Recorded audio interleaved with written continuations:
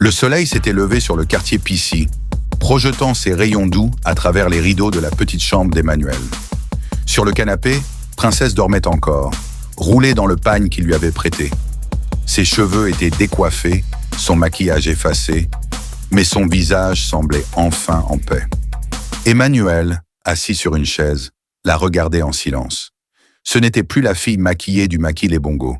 C'était juste une femme, fragile, fatiguée, mais belle dans sa vérité. Il murmura pour lui-même « Qu'est-ce que je suis en train de faire ?» Le petit matin, lorsque Princesse ouvrit les yeux, elle mit quelques secondes à se souvenir où elle était. Puis elle se redressa brusquement. « On est où là ?»« Chez moi, » répondit calmement Emmanuel. « Tu m'as rien fait ?»« Non, je t'avais dit, je voulais juste te parler. » Elle le fixa longuement, cherchant à comprendre ses intentions. Dans son monde, les hommes ne payaient pas pour parler. « T'es bizarre, toi. Ou peut-être différent. » Elle esquissa un sourire. Pour la première fois depuis longtemps, elle baissa sa garde. Les confidences. Assis côte à côte, ils partagèrent un petit déjeuner simple. Du pain chaud, du lait caillé et quelques beignets achetés à la vendeuse du coin.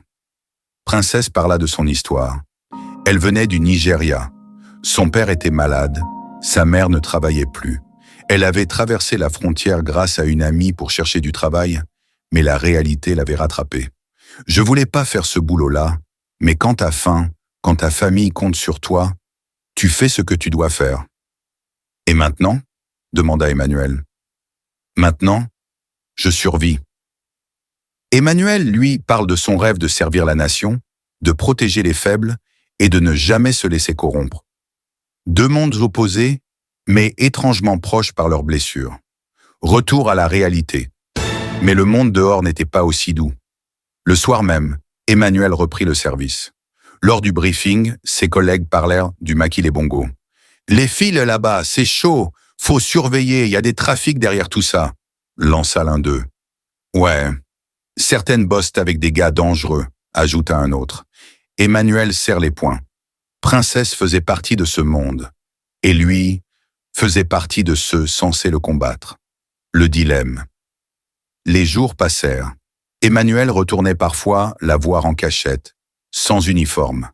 Parler avec elle était devenu comme une échappatoire. Elle le faisait rire, elle le rendait humain, loin de la dureté de la caserne. Mais plus leur lien se renforçait, plus il ressentait un poids dans sa poitrine. Il savait qu'un policier ne devait pas entretenir de relation avec une fille du Maquis. Un soir, alors qu'il la raccompagnait en moto, elle dit d'une voix basse